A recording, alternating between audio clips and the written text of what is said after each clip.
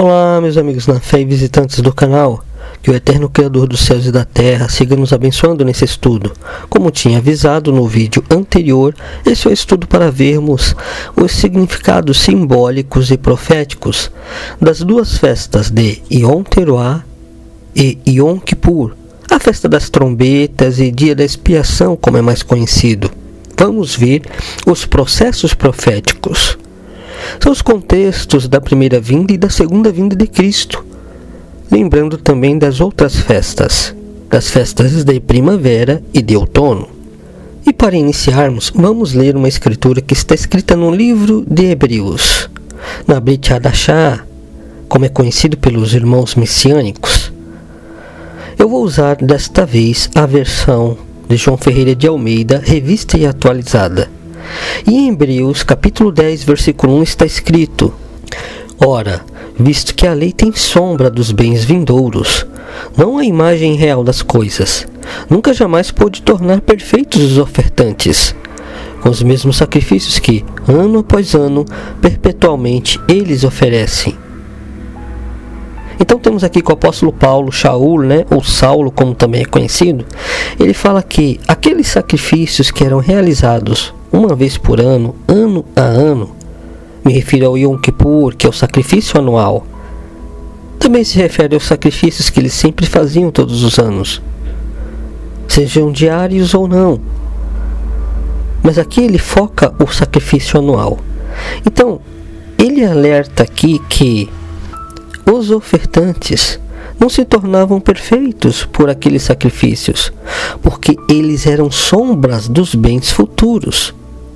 Vamos ver agora na versão de King James esse mesmo versículo. E na versão de King James está assim: assim, considerando que a lei oferece somente um vislumbre dos plenos benefícios que hão de vir, das realidades futuras, e não exatamente a sua realidade, jamais poderá, mediante os mesmos sacrifícios repetidos ano após ano, aperfeiçoar os que se achegam para adorar. Então temos aqui numa outra versão o mesmo significado, embora desta vez, nesse versículo, eu percebo que a versão de King James interpreta melhor, especifica melhor, expressa de uma forma melhor as palavras quanto a isto, que não chegavam à perfeição, não se tornavam perfeitos aqueles que, através dos sacrifícios ano após ano, ofertavam diante do Eterno. Chegamos à perfeição pelo sangue do Cordeiro. O sangue do Cordeiro de Elohim, que tira o pecado do mundo, assim como João Batista falou. E sabemos que é o sacrifício de Pêssar, ou Páscoa, do nosso amado Salvador, que morreu por nós e ressuscitou em um corpo físico imortal e glorificado, com vida eterna. Então temos, meus irmãos, que essas duas festas, elas possuem significados, são como sombras, possuem significados de realidades futuras. O dia do shofar, ou dia da trombeta, mais conhecido como festa das trombetas, tem uma representação futura. Sabemos que o toque do shofar, o toque das trombetas, sempre representava perigo, uma anunciação de juízo no Antigo Testamento, na Antiga Aliança, e também servia como chamamento para cultos especiais, para ministração, para ministrar a congregação de Israel. Eles eram congregados, chamados pelo som das trombetas, do shofar, para serem ministrados. No hebraico, Yom Teruah significa dia do shofar, o dia da trombeta, ou festa das trombetas, como é mais conhecido. Yom é dia, shofar é a palavra hebraica para trombeta, e shofarot para trombetas. Então temos que essas trombetas, elas também significavam a anunciação de perigo ou de juízo, tanto para o povo de Israel como para nações pagãs. Temos um exemplo disso na passagem de Josué ou Yehoshua, No Antigo Testamento, no capítulo 6, versículos 4 e 5, onde está escrito: 7 sacerdotes levarão 7 trombetas de chifre de carneiro adiante da arca. No 7º dia rodeareis a cidade 7 vezes, e os sacerdotes tocarão as trombetas. E será que, tocando-se longamente a trombeta de chifre de carneiro, ouvindo vós o sonido dela, todo o povo gritará com grande grita. O muro da cidade cairá abaixo e o povo subirá nele, cada qual em frente de si. Então temos aqui que, por 7 vezes, eles rodearam a cidade e os sacerdotes tocaram as trombetas. Lembram dos 7 anjos com as 7 trombetas do livro de Apocalipse? E em cada trombeta que é tocada ou soada, ocorrem juízos? Eis aqui um exemplo na antiga aliança. Agora vamos ver um exemplo de toque do shofar, ou toque das trombetas, ou da trombeta, para congregar o povo de Israel e anunciar ordenanças a ele, uma ministração. Temos isso no livro de Êxodo, capítulo 19, versículo 16. Ao amanhecer do 3º dia, houve trovões e relâmpagos e uma espessa nuvem sobre o monte, e muito forte clangor de trombeta, de maneira que todo o povo que estava no arraial se estremeceu. Então temos aqui, irmãos, que Moisés, o profeta Moshe, tinha recebido uma orientação do Eterno. Você pode ver aqui em todo o capítulo 19 do livro de Êxodo, que o Eterno ordena ao seu profeta a falar com o povo de Israel para eles se prepararem para ouvir a palavra do Eterno eles mesmos. Porém, quando chegou esse dia, houve um clangor de trombeta muito forte, um toque de trombeta, um sonido de trombeta de shofar muito forte, e eles ficaram com medo. Então percebam que, além da voz da palavra do Eterno com seu profeta, também houve um grande clamor de trombeta. Aqui foi quando o Eterno mesmo chamou o povo de Israel a ouvir a sua voz. E houve um som de trombeta, um som de shofar, um grande som de shofar. Humanamente falando, muitos sacerdotes tocavam trombetas, os chifres de carneiro, na festa das trombetas, para reunir o povo, para eles se conscientizarem daquele mês santo, sagrado, Kadosh, que eles se preparariam para o dia da expiação, Yom Kippur. Por ser no 1º dia do 7º mês, aí iniciaria o Rosh Hodesh, que é conhecido entre os judeus como cabeça do mês, ou 1º dia do mês. Isso até que está correto, porém não é o Rosh Hashanah como eles ensinam. Prestem atenção. O Rosh Hashanah veio surgir a partir do 2º século depois de Cristo, depois do Mashiach. Foi inventado e criado por aqueles rabinos que rejeitaram a Brit Hadashah, a nova aliança, que rejeitaram o Messias de Nazaré, o Messias de Israel. Então, quando dizem que é Rosh Hodesh, está correto, porque no 1º dia do mês devem-se fazer festa, como está escrito no livro de Salmos, capítulo 81, versículo 3. E assim está traduzido na versão de João Ferreira de Almeida: tocai a trombeta na festa da lua nova, na lua cheia, dia da nossa festa. Então temos aqui que é uma ordenança do Eterno a todo dia, 1º de cada mês, fazer-se uma festa. Então é correto dizer Rosh Hodesh, uma festa para cada 1º dia de cada mês. Mas Rosh Hashanah é incorreto. Isso é uma interpretação que foi embutida na mente de várias pessoas pelo judaísmo ortodoxo, pela religião judaica que nega o Messias de Nazaré. Então que isso fique bem claro, não está nas Escrituras. Muitos cristãos messiânicos, pessoas até que creem no Messias de Nazaré, seguem isto como se eles detessem a verdade e a interpretação das Sagradas Escrituras. Eles não receberam o Ruach HaKodesh no dia de Pentecostes, o Espírito Santo no dia de Pentecostes. Eles não receberam porque eles não creram no sacrifício, na expiação que foi feita por eles. Então, com todo respeito a todos os irmãos que assim seguem, não está correto, não é bíblico, meus irmãos. Abram os olhos enquanto ainda há tempo, porque o tempo está próximo. E temos então também no livro de Colossenses, capítulo 2, versículo 17, Por tudo isto tem sido sombra das coisas que haviam de vir, porém o corpo é de Cristo.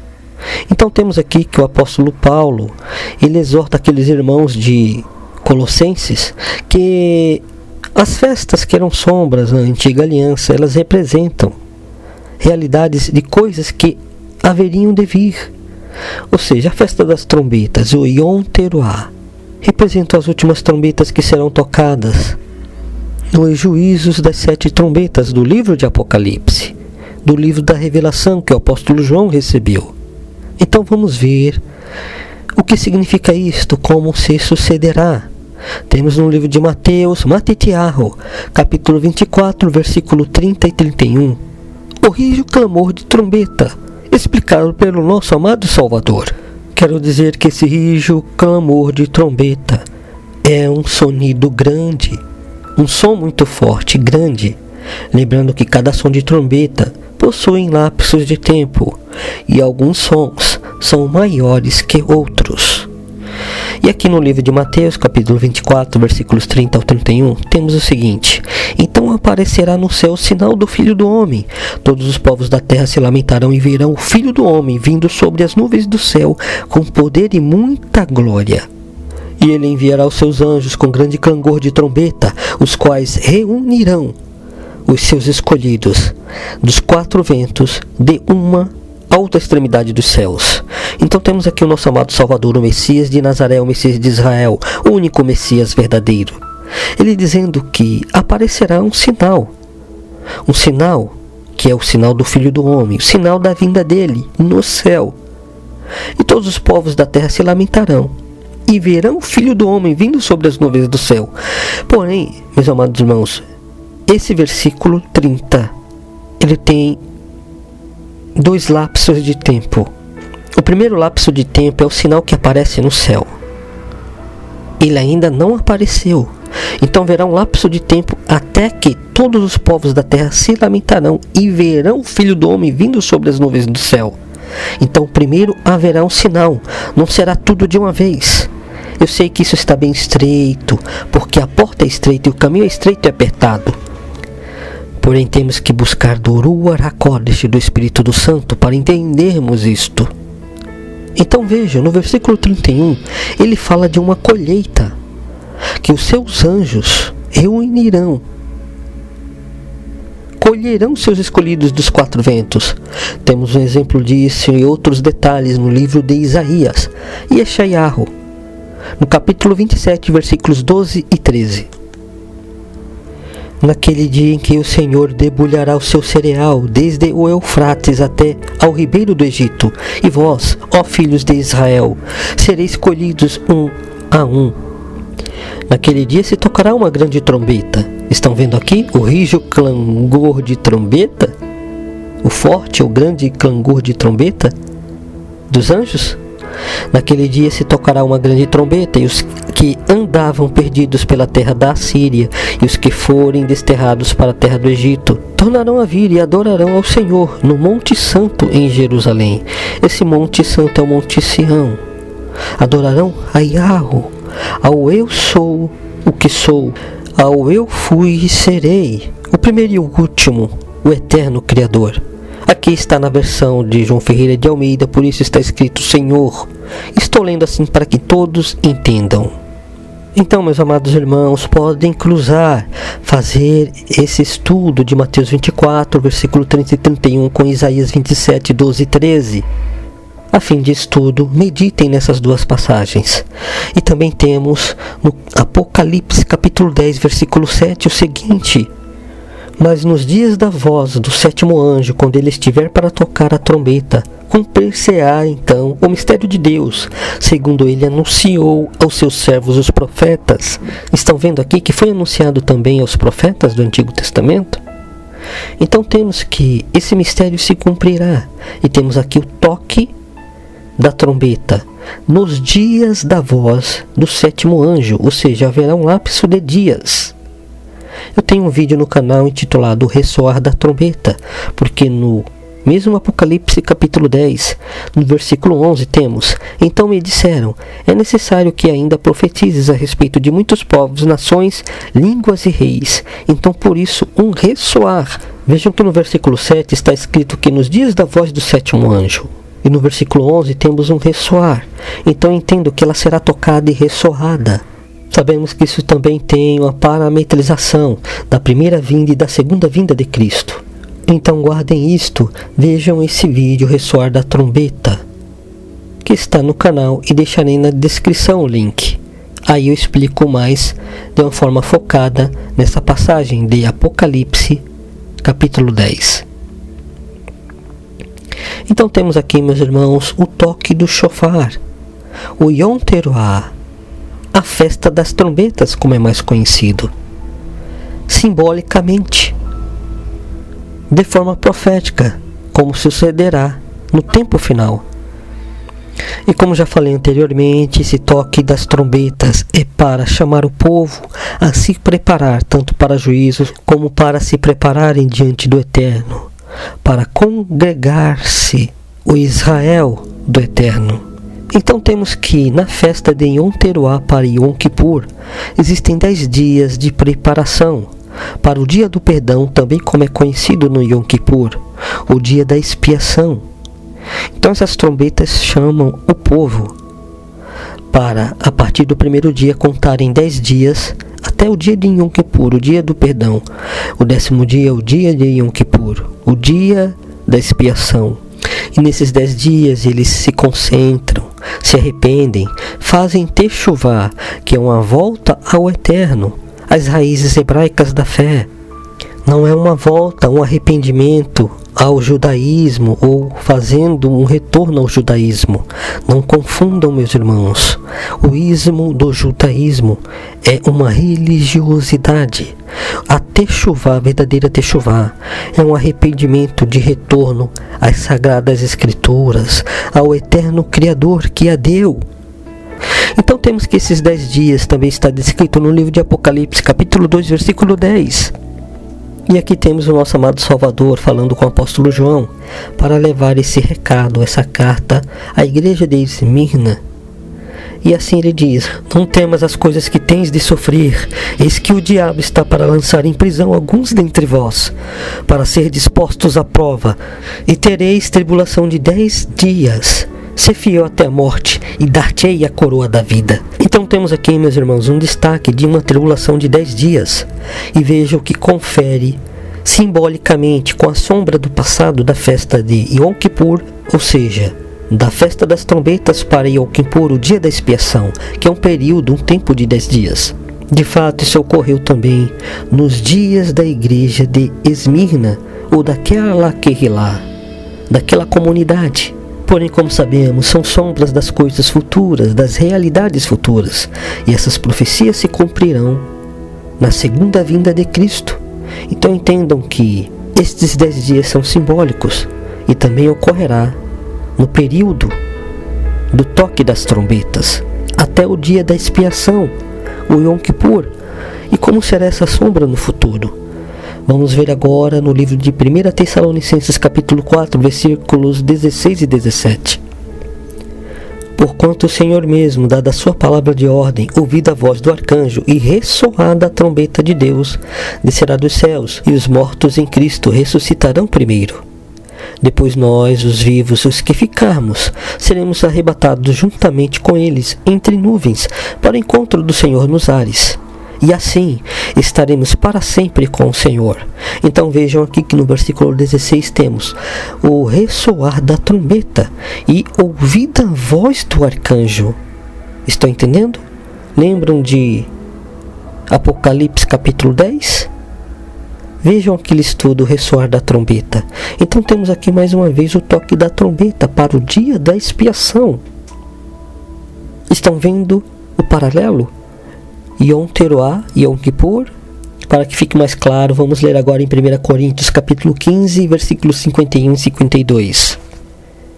Eis que vos digo um mistério, nem todos dormiremos, mas transformados seremos todos, num momento, no abrir e fechar de olhos, ao ressoar da última trombeta. A trombeta soará, os mortos ressuscitarão incorruptíveis e nós seremos transformados. Mais uma vez temos aqui o ressoar da trombeta, da última trombeta. Essa última trombeta, meus irmãos, é a 7ª trombeta do livro de Apocalipse. A exemplo daquela sombra, daquele exemplo que aconteceu com Moisés e o povo de Israel, num sonido muito forte, onde vários israelitas ficaram com medo, porque não estavam preparados. Porém Moisés e somente aqueles que estavam preparados conseguiram ouvir a voz do Criador, nosso Salvador. Então temos que essa 7ª trombeta é a última trombeta, essa última trombeta aqui. E também está destacada em 1 Tessalonicenses capítulo 4, versículos 16 e 17, como acabamos de ler.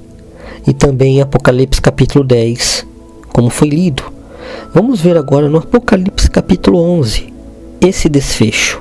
O 7º anjo tocou a trombeta e houve no céu grandes vozes, dizendo: o reino do mundo se tornou de nosso Senhor e do seu Cristo, e ele reinará pelos séculos dos séculos. Estão vendo aqui que após o toque da 7ª trombeta, que é a última trombeta, o nosso amado Salvador passa a reinar nesse mundo. Ele já reina nos céus, saibam disso, ele já é rei dos reis, porém o seu reino virá para esse mundo. Como está escrito: seja feita a tua vontade, assim na terra como no céu. E ele reinará, porque no momento o reino desse mundo não é o seu reino, porque ele também disse: o meu reino não é desse mundo. Então, meus irmãos, o 7º anjo, ele toca a 7ª trombeta, que é a última trombeta que vimos nas leituras de 1 Tessalonicenses capítulo 4, versículos 16 e 17, e 1 Coríntios capítulo 15, versículos 51 e 52. Então temos que após a ressurreição das duas testemunhas, isso já faz parte daqueles detalhes que vimos, porque os mortos ressuscitarão primeiro.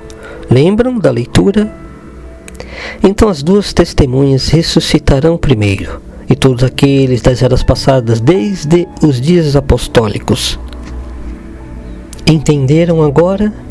Por isso no versículo 15 temos que, depois que isso ocorre, grandes vozes no céu decretam que o reino do mundo passa a ser do nosso amado Salvador, o Messias de Nazaré, o Rei dos Reis. Isso vai até Apocalipse 19, quando realmente ele vem a essa terra, estabelece o seu reino após destruir os reinos da besta e desse mundo. Então vamos ver em Apocalipse 19, versículos 11 ao 16. Vi o céu aberto e eis um cavalo branco. O seu cavaleiro se chama Fiel e Verdadeiro, e julga e peleja com justiça. Os seus olhos são chama de fogo, na sua cabeça muitos diademas. Tem um nome escrito que ninguém conhece senão ele mesmo. Está vestido com um manto tinto de sangue, e o seu nome se chama o Verbo de Deus. E seguiam-no os exércitos que há no céu, montando cavalos brancos com vestiduras de linho finíssimo, branco e puro. Sai da sua boca uma espada afiada para com ela ferir as nações, e ele mesmo as regerá com cetro de ferro. E pessoalmente pisa o lagar do vinho do furor da ira do Deus Todo-Poderoso. Tem no seu manto e na sua coxa o nome escrito: Rei dos Reis e Senhor dos Senhores, Meler Melahim, o Rei dos Reis, aquele que virá quando muitos disserem: Baruch Rabá, Beshem Yahweh, bendito é aquele que vem em nome de Yahweh, Yahushua HaMashiach, o Messias de Israel. Então temos que a partir do toque da última trombeta, da 7ª trombeta, temos aí a expiação completa, a redenção completa para os escolhidos do Eterno, porque aí ele já passa a reinar, como está também escrito no livro de Daniel, capítulo 7, versículo 14. Foi-lhe dado domínio e glória e o reino, para que os povos, nações e homens de todas as línguas o servissem. O seu domínio é domínio eterno, que não passará, e o seu reino jamais será destruído. Então temos aqui que este dia é o dia que ele passa a reinar. O dia da expiação, que ocorrerá no toque da última trombeta. Por isso aquelas festas do Antigo Testamento, o Yom Teruah, começava no 7º mês, no primeiro dia, e tinha-se aí 10 dias até o dia de expiação. Sabemos que a nossa expiação é o nosso amado Salvador, e de fato Ele já derramou seu sangue redentor. Porém somos transformados espiritualmente. Espiritualmente já somos ressuscitados com Ele. Porém ainda haverá a redenção do nosso corpo, do que é corruptível, que se revestirá de incorruptibilidade, de imortalidade. Então entenda os processos proféticos da primeira e segunda vinda de Cristo, nas festas hebraicas, nas festas que estão descritas no livro de Levítico, capítulo 23. São sombras das coisas futuras, das realidades futuras, da primeira vinda e da segunda vinda de Cristo. Sei que muitas igrejas não se atentam a isto, não possuem essa revelação, porque ensinam que a lei já foi revogada, nós estamos na graça. Porém são muito importantes as escrituras da Sagrada Lei, da Torá, que significa instrução. Elas são sombras das coisas futuras e devemos observá-las, porque retratam, mesmo que de forma estreita, a primeira vinda e a segunda vinda do Messias. Temos no exemplo da festa de Pêssar, o Cordeiro de Elohim que tira o pecado do mundo. Pêssar é Páscoa em hebraico, para quem não sabe. Temos na Páscoa que ocorreu a simbologia da primeira vinda de Cristo, no Cordeiro de Elohim que tira o pecado do mundo, sendo morto e ressuscitando ao terceiro dia em um corpo físico e imortal. Quando ele partiu o pão e disse: "Este é o meu corpo que é partido por vós", temos aí a representação do Matzá, dos dias de pães asmos que vinham depois do sacrifício do Cordeiro no dia 14 de Abib, que significa a sua palavra compartilhada com outros entre nossos irmãos. E é para fazermos isto em memória dele. Ele renovou a Páscoa que celebrava a libertação do povo hebreu do cativeiro no Egito. Ele renovou para a libertação do seu povo espiritualmente do pecado, com o sangue da nova aliança que foi derramado por nós. E depois dos pães asmos temos também os 49 dias. Lembram que ele ficou 40 dias ainda aqui na terra falando sobre o reino, depois que ressuscitou? Aí também temos tipificado os dias das primícias, porque ele é a primícia dos que dormem. E também a festa de Shavuot, mais conhecido como festa das semanas, que são os primeiros frutos, e a maioria entende como primícias. E no dia 50, que é o dia de Pentecostes, ele já tinha subido ao céu, mas tinha falado para os seus escolhidos ficarem em Jerusalém até que do alto viesse poder sobre eles. E o Espírito Santo desceu no dia 50, no dia 50º da festa das semanas, que era o dia de festa para celebrar a festa dos primeiros frutos, das primícias. E nesse dia dessa festa, dessa sombra, se cumpriu profeticamente a realidade futura, que foi o batismo com o Espírito Santo. João Batista falou: "Eu vos batizo com água, mas aquele que vem após mim vos batizará com o Espírito Santo e com fogo." Isso de fato ocorreu. Pois quem nasce da carne é carne, mas quem nasce do Espírito é Espírito. Aquele que crer e for batizado, esse será salvo. Ninguém não nasce de novo se não for da água e do Espírito. Então temos no dia 50 o derramar do Espírito Santo, o cumprimento da festa de Pentecostes, do dia 50, do dia de jubileu. Ele já tinha subido ao céu, mas cumpriu com a vinda do Consolador, com seu Espírito, o Espírito do Filho que clama: "Abba, Pai." Então aí temos as 4 festas sendo cumpridas na primeira vinda de Cristo. E na segunda vinda de Cristo teremos profeticamente cumpridas a festa das trombetas, o dia da expiação, e a festa dos tabernáculos, como é mais conhecida, Sukkot em hebraico, festa das cabanas, o qual será o vídeo tema depois deste, a festa das cabanas ou Sukkot. Então temos, meus irmãos, aí nas festas hebraicas as sombras das coisas futuras, que são os cumprimentos da primeira vinda e da segunda vinda do Messias de Israel e do universo completo. Porém a festa das trombetas até a festa das cabanas Temos sim as sombras e o entendimento sobre elas, porém ainda não se cumpriu porque ele não voltou. Estão vendo a simbologia profética, a sombra do que era para o que será, o chamado das trombetas, o dia da expiação. Então entendam que essas trombetas também significam uma mensagem, ou mensagens que são proferidas por seus servos, profetas, talmidim, discípulos.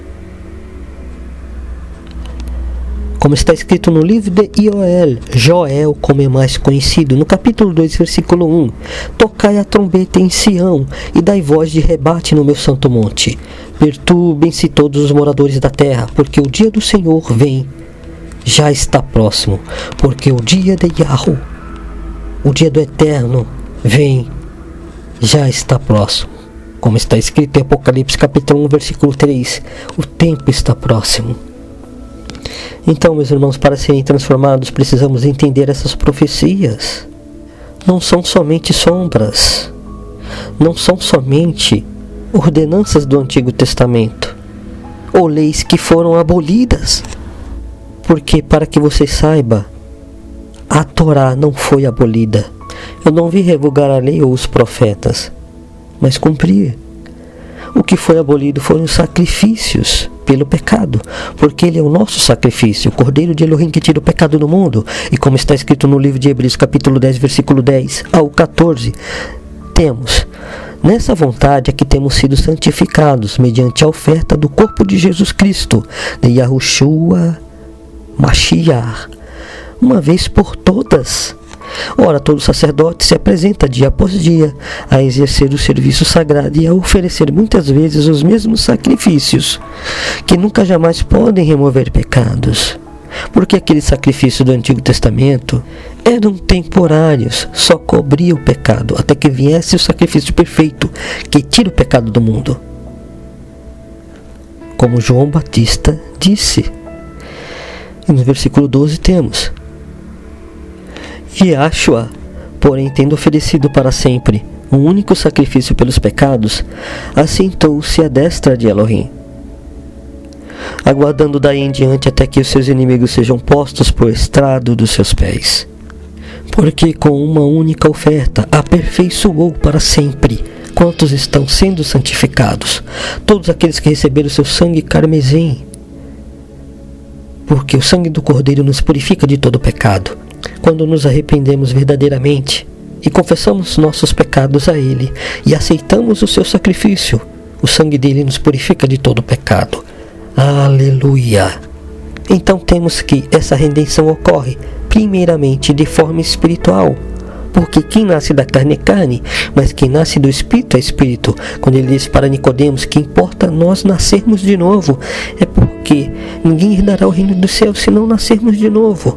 Então por isso também está escrito no livro de Daniel, capítulo 9, no versículo 24, quando o anjo Gabriel fala com o profeta Daniel: 70 semanas estão determinadas sobre o teu povo e sobre a tua santa cidade, para fazer cessar a transgressão, para dar fim aos pecados, para expiar a iniquidade, para trazer a justiça eterna, para selar a visão e a profecia e para ungir o santo dos santos.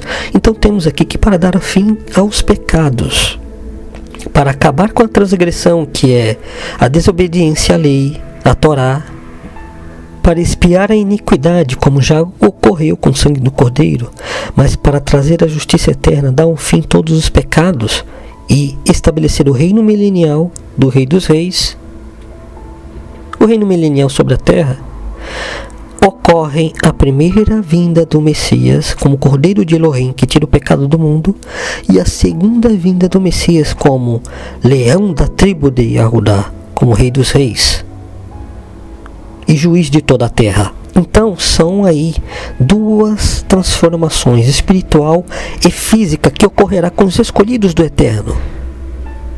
A nossa alma, a nossa vida espiritual, nosso espírito, ele já foi remido pelo sangue do Cordeiro quando nascemos de novo, porém o nosso corpo ainda não. Então, para expiar a iniquidade completamente, ele ressuscitará aqueles que foram salvos nele e transformará os que estiverem vivos. Estão entendendo? Aí sim, se dará fim a todos os pecados e cessará toda a transgressão, porque ele julgará a terra e os ímpios que não se renderem a ele, como também aqueles que ficarão contra ele, como exército e povo da besta, serão condenados e mortos, porque ele acabará com todos os pecados. Então, meus irmãos, temos aqui os processos proféticos, o contexto da primeira vinda e da segunda vinda de Cristo, o Messias. Quaisquer dúvidas, deixem nos comentários ou enviem um e-mail para fimdotempo@gmail.com. Que o Eterno abençoe a todos, a paz seja convosco, Shalom Aleichem, e até o próximo estudo, onde veremos a festa das cabanas, Sukkot. Shalom!